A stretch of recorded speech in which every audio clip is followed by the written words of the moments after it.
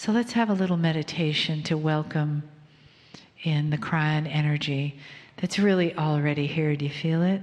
It's beautiful. So how about a nice deep breath? Settling into your chair.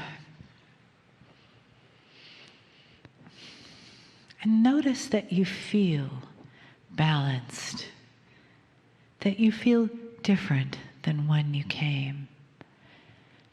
And perhaps that you can feel the love in the room and feel the love wash that comes through the room as the entourage of Kryon enters and surrounds us with that honoring of the human and of the human soul's journey in every life, but particularly this life, this evening, this time. Feel the spiritual arms around you that support you on your path, that is always there for you when you remember to take a breath, to go inside and find that place that Spirit lives as a spark of the divine that can be fanned into a flame.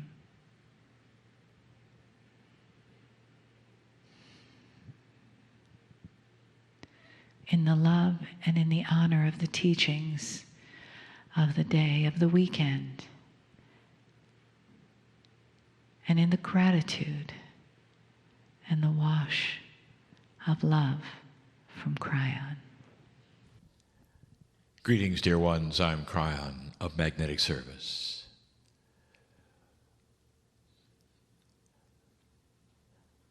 This was a day of learning.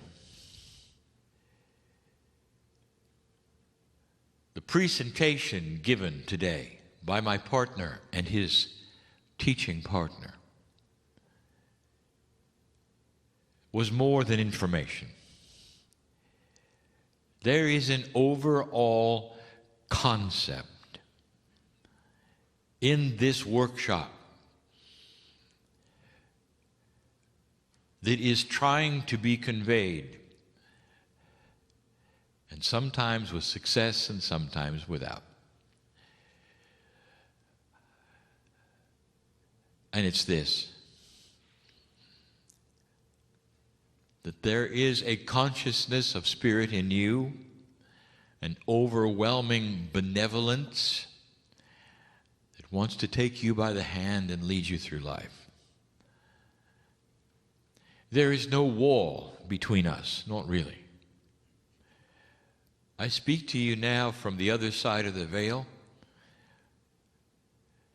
in what you would call that from the creative source,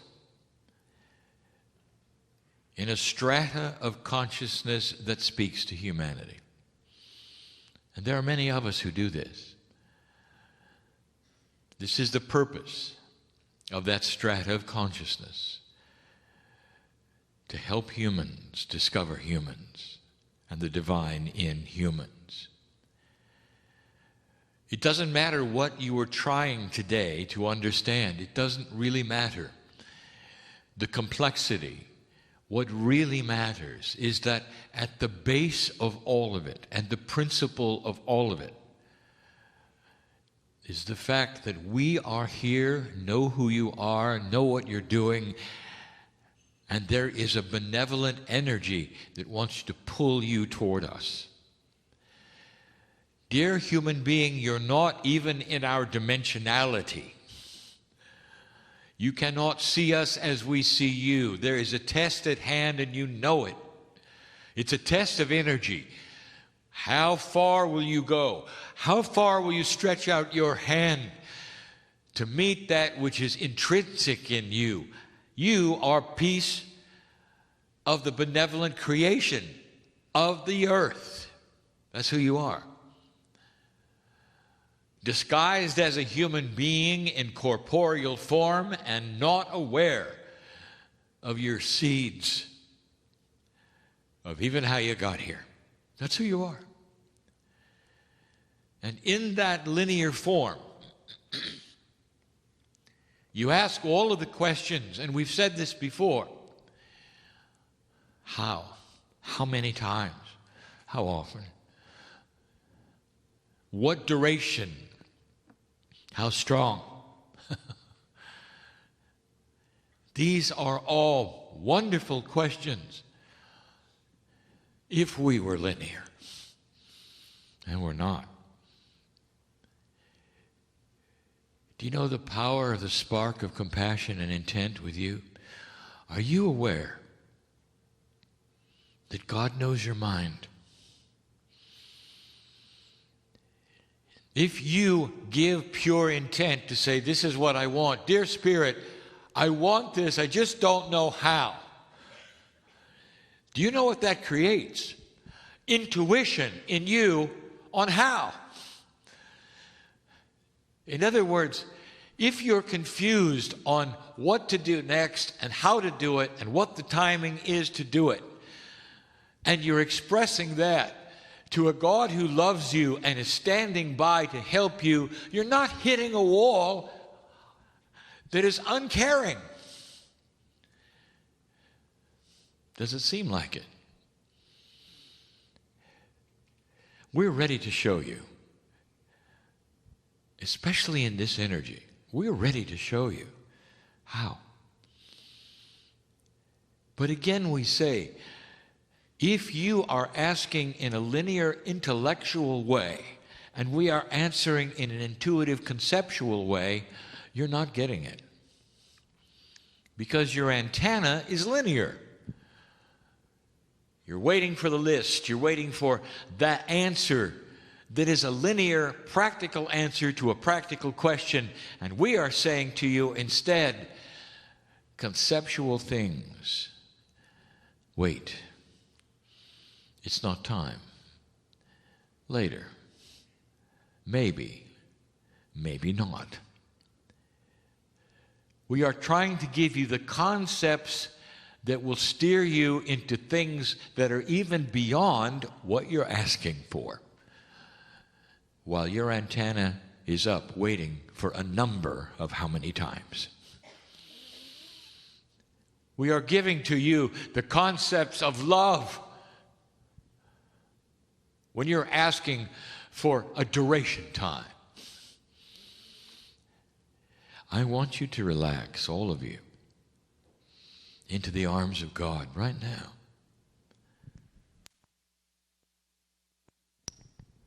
What does it mean to you when I say we know who you are? Your soul is so misunderstood.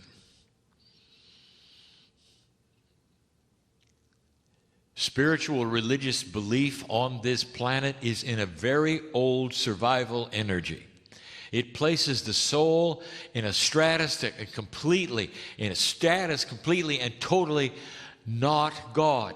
Your soul is somehow suspended in a place that it's going to survive or not survive. It comes once and it's going to be punished or rewarded. What does that sound? Does that sound like the Creator, or does that sound like something that men created for you?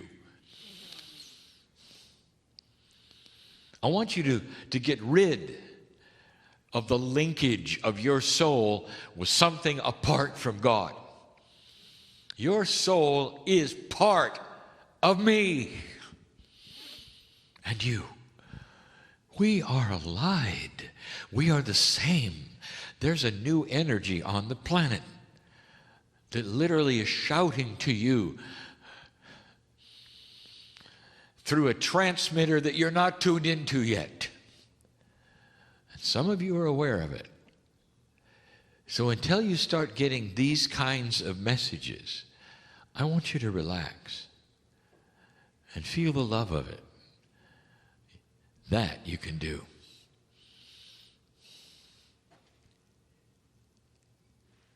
So much misunderstanding. And it all is correctable when you relax and see that we are with you in all things. You don't have to yell. You don't have to repeat. You don't have to turn up any kinds of volumes of anything you do, whether it's frequencies, amounts. We're here. We're next to you the whole time. When you meditate, we've been with you all day. You do understand that, don't you? And when you meditate, it's just like turning the knob and let's get a little closer. But we're already close. We know your name. I want you to approach things gently. Dear Spirit, I don't understand what's happening, and I don't understand what I'm supposed to do next, and I'm a little confused. What should I do? What do you expect we're going to tell you? Take 4 steps, turn left, breathe 5 times, and smile. You'd like that, wouldn't you? It's not going to be that way. And then there is the timing issue. Why don't you understand synchronicity? What is in this picture that is missing for you? And so I present a new metaphor. We're going to cook a meal.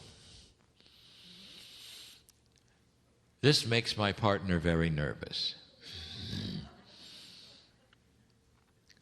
Just relax. Cooking a fine meal on this planet is an art. You enjoy food. And the best cooks are the ones who start early and prepare and prepare and prepare.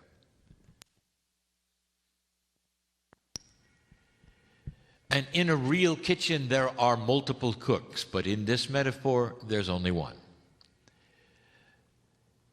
Perhaps you have cooked for a family, and there's just you. Perhaps you've wanted to prepare some meals which are exotic and perhaps a little different than in any kind of recipe. Perhaps you're one who makes up your own recipe. And you know what is involved.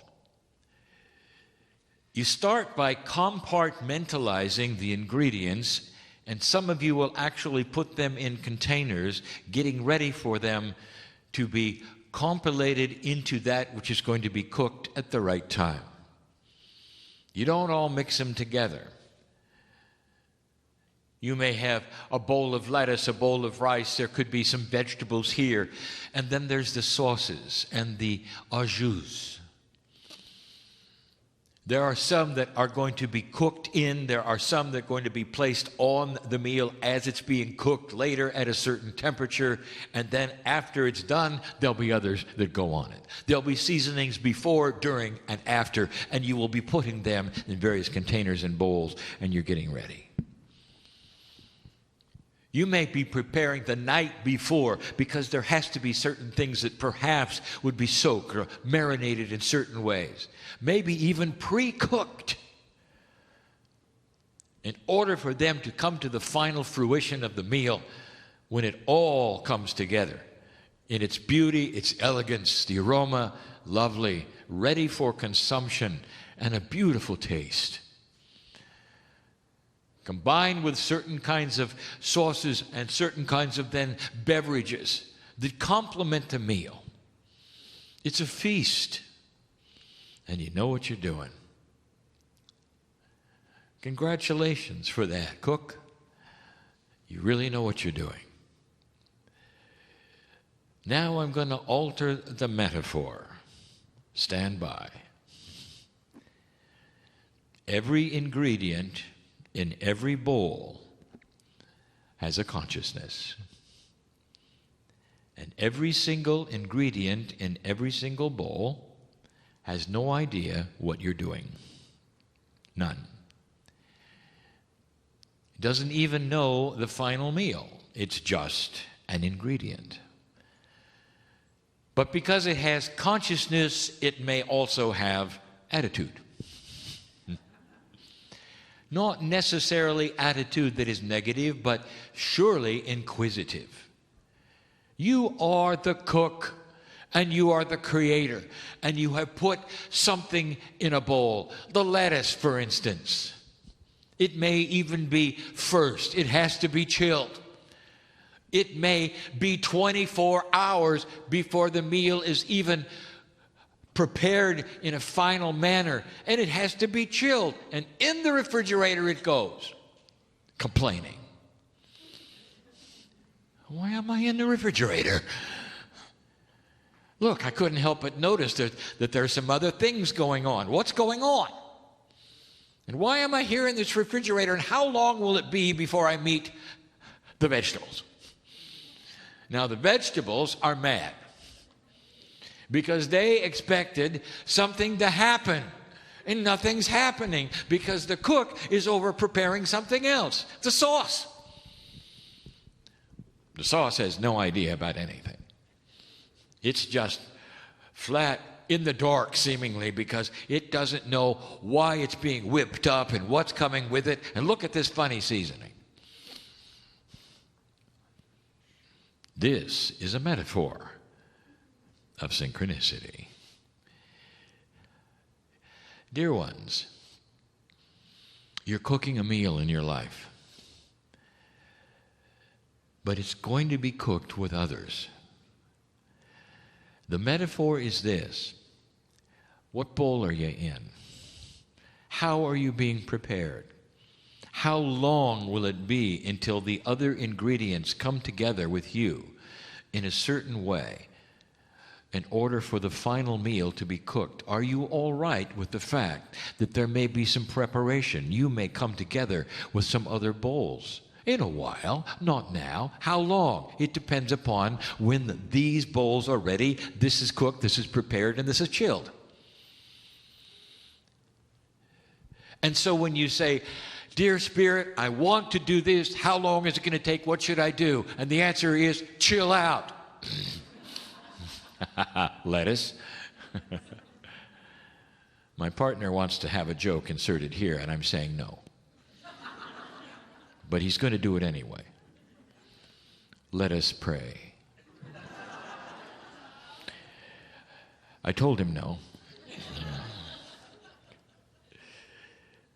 The ingredients of the meal are prepared beautifully and with elegance and in a timing that each ingredient is unaware of, completely unaware of. And you're impatient, aren't you, ingredients? To know when and where and how. The cook knows, because the cook looks over all the ingredients and knows the plan. When it comes together, dear ones, it happens unexpectedly to the ingredients and all at once.